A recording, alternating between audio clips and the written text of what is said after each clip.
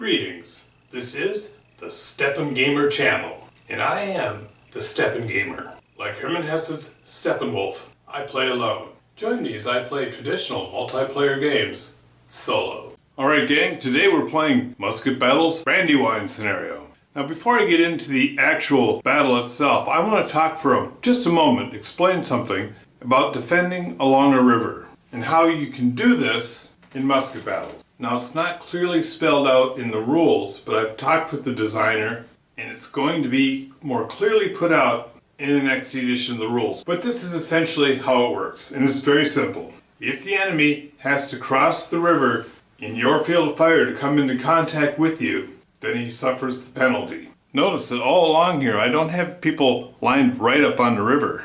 But field of fire is 1/3, and you see that their 1/3 reaches all the way across the river. So here I have a line of troops, and they're all defending those two fords. That's Chad's ford and Piles's ford. Now this works the same for defending on the slope. If they have to cross the slope in your field of fire, and actually in the case of slopes, it's if they cross the slope and are immediately in your field of fire. So say you're here on Birmingham Hill, and the British come up this way. As soon as they get to the top of the hill, moving towards you, they're in your field of fire, they suffer, and they get a disadvantaged die. Or if you're not using Pub Battles dice, and you're using regular dice, that's the -1 cover bonus. And it works the same for crossing streams.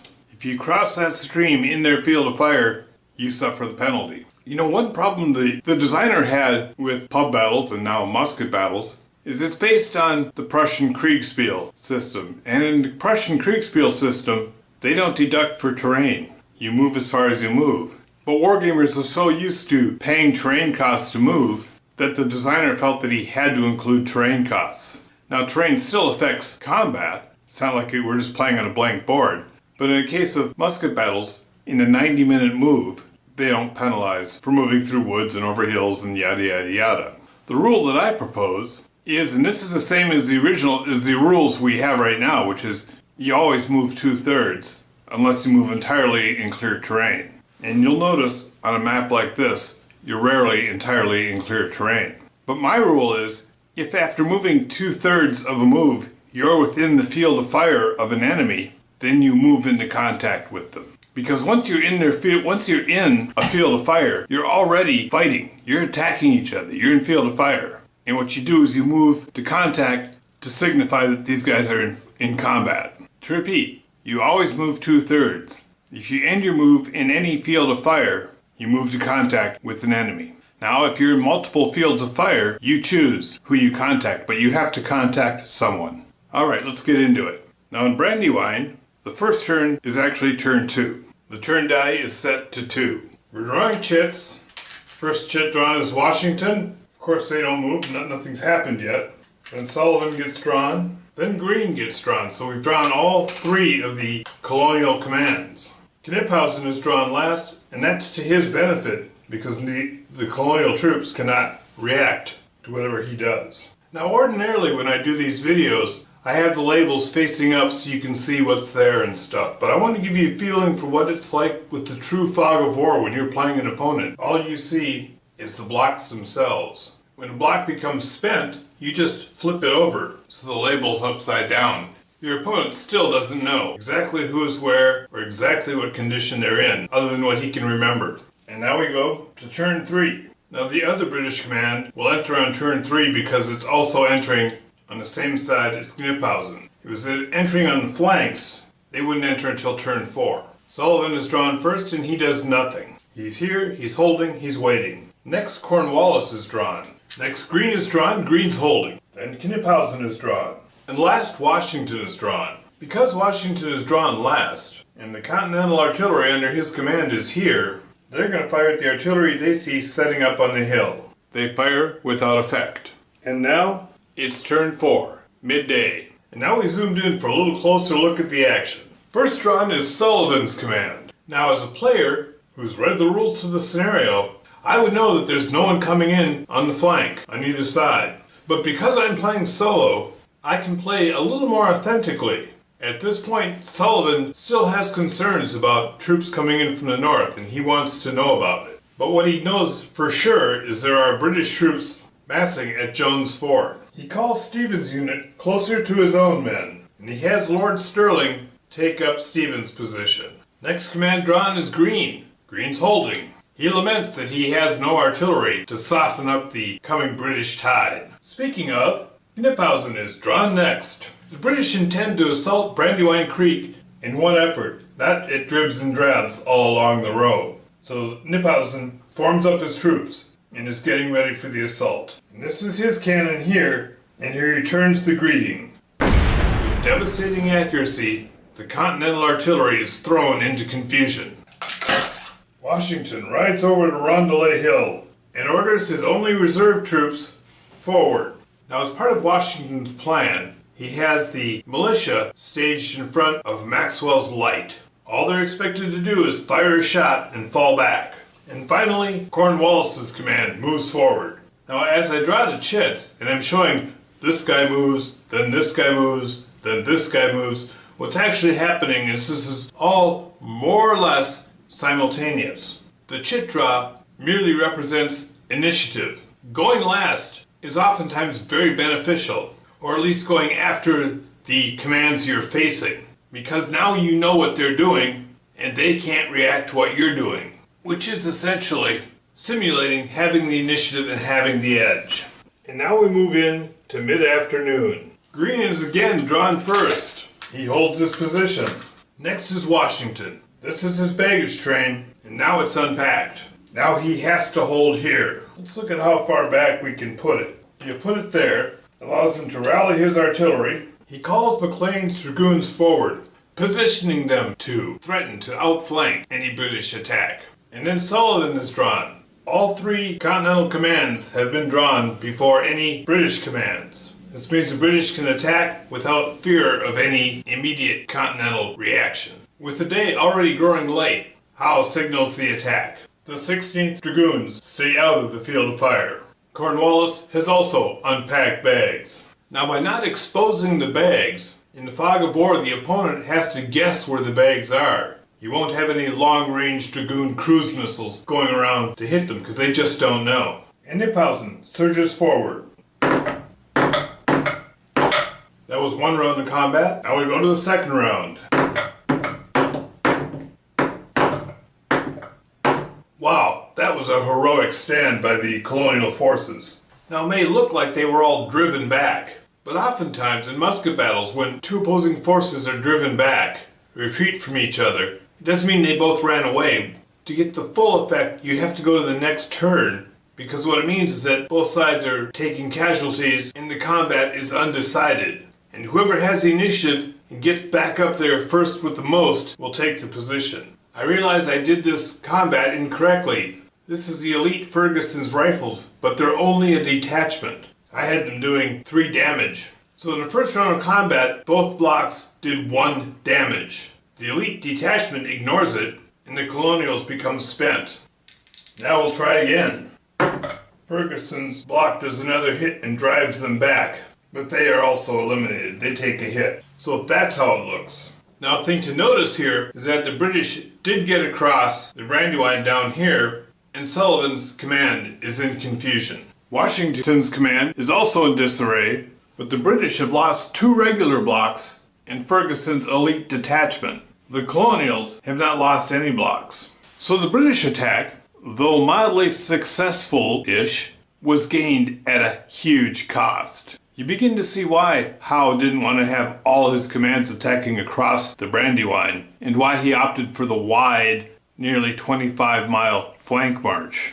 But it ain't over yet. So now it's turn 6, getting on towards dinner time. Both commands have unpacked bags. Do they want to rally their troops, or do they want to press on? A lot of that will depend on the turn order. Washington goes first, and he rallies his troops. In an attempt to redeem himself, Knox's artillery opens up on the only British that seem to be organized this side of the Brandywine.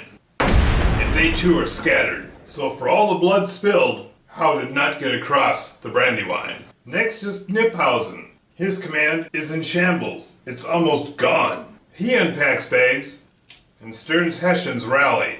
And his artillery, with their new position on Newell's Hill, fires into the colonial position and they can see on the hill. They do a hit, but now Nash's men are seasoned professionals and they hold the position. Apparently, these ragtag colors don't run. Next drawn is Sullivan. Sullivan rallies his spent troops, and he has Lord Stirling position himself closer to the Brandywine Creek, thus making it hard for the British to swarm out. They have to contact him first. The British are spent and facing the other way. There is no field of fire there. There is here, and now he's positioned just far enough back. Now it's Greene's move, and Washington is saying, hey, we just got devastated by an attack. Can you help a brother out? Well, Greene's worried about getting hit in the flank by this artillery here. So he has Muhlenberg move up behind the hill, and then he recenters the rest of his command. Now they're spaced a little more thinly, but there doesn't seem to be any action coming. And next we have Cornwallis. What is Cornwallis going to do in his little neck of the woods? He sends the Coldstream Guards, fresh and untasked, across. And he backs them up with the Grenadiers. So the Grenadiers are spent because they were part of this. They weren't actually in combat, but they got run through by all the retreating British troops. And he rallies everyone else. And that is it. And because Cornwallis was drawn last, and Sullivan was drawn much earlier, Sullivan can't do anything to respond to that. So this British assault is comprised of the finest troops in the British Army, the finest army in the world at the time. But they are disadvantaged because they did cross the river in the field of fire. Lord Stirling's forces suffered one hit and are spent. The Coldstream Guards, under Matthews, suffered 2 hits. They ignore one, and then they are spent as well, and they elect to fall back. The Grenadiers come forward, they're spent, but they can still ignore 1 hit as elites. Neither side was able to break through, and the battle continues. And this is so harsh. Stirling's troops destroyed the Grenadiers. Stirling is in line for the GOAT Award for this battle. Stirling can claim to have held off the British Army all by himself at the dinner time attack. And now it's turn 7, early evening. Washington is first. He has Maxwell's light and the rallied militia gain Rondelay Hill. He has McLean's dragoons extend his line. He has General Knox bring the artillery back up on Rondelay Hill as well. Kniphausen is drawn next, and finding the Continental artillery annoyingly persistent, his artillery opens up on them again. Not without effect, though they're still on the hill. The rest of his line holds. He does not have the strength. These are all detachments, just looking threatening. He has 2 regular blocks of units, Stearns Hessians and J. Grant, but that's not going to make a decent attack. He holds and maintains a threat. And General Greene is drawn and has Muhlenberg bring his troops into Washington's line on Rondelay Hill. And then Sullivan is drawn. Under protest from Stirling, he pulls his troops back to have them rally. Come on, put him up, I'm going to get him, let me at him. And then brings forward his fresh rallied troops. And then it's Cornwallis's turn. He makes the hard decision to press the attack. Even though there's not really a lot of time, this has to be devastating. Now under the current rules, say I want to move these 2 units forward. They lose a third because they're in the woods. So now they're moving 2/3. And then crossing the stream costs a third. So that's them down to 1/3. And 1/3 gets them that far, they're not in contact, they're in field of fire, so they can't enter the field of fire. Now under the new rules I'm suggesting, everyone moves 2/3. They're going to lose a third crossing the river. So they only move a third. Well, they move a third, they get right to here. They end their turn in the field of fire of this unit and must move to contact. If they didn't want to move to contact, they'd stay outside of that third. There's the difference. What do you think? Now for the first round of combat, they both crossed a ford in field of fire. So in the first round, they count as flanked. Now that time, these combatants each did 2 points of damage. That pushes the Continental troops back. The British troops have to go straight back. They run into that, they can't make the retreat, they're eliminated. Over here on the left, the battle continues. But now the penalty for crossing the river no longer is in effect. That's only for the first round. And the penalty for crossing a stream is also only for the first round. So now it's an even fight. And they both do 1. This time, the British troops can cross at the ford. Stevens' troops fall back. At the end of combat, these units are in field of fire. But they are within each other's field of fire. They weren't originally because these other units were up here and There was no field of fire. What do you do about that? Well, next turn, who's ever drawn first either has to attack or leave the field of fire. And now it's turn 8, late evening, last turn, or as I like to call it, the final effort. The British player realizes with one turn of action left, he cannot win. After the chit draw, he could theoretically have these two units attack here and here, and one of these two units could get within a third. If they did all that and were able to eliminate all three of these continental blocks, they would not have captured the bags. Say these three were eliminated. The points would still cost them the game because both sides would have lost 3 regular blocks. In addition to that, the British have lost an elite block plus an elite detachment. They would lose in points. If you end it at night, the Continentals win. They have a slight edge in points. Since nobody has retreated, you could push it into day 2. And in all likelihood on day 2, the British are going to capture those bags. Nothing's guaranteed, but it would be a long shot. If the Colonials pack up their bags, the British get a guaranteed minor victory. If they try to hold, the British are probably going to capture the bags, and then that's a decisive victory. Fascinating decisions. I'm usually pretty tired after 8 turns, so I just call it and say it's a colonial victory. But a competitive British player would probably want to push it. The British are almost guaranteed at least a minor victory. And they've got a fairly good chance of getting a major victory, capturing the bags. Another question, how would you play this? Let me know in the comments below.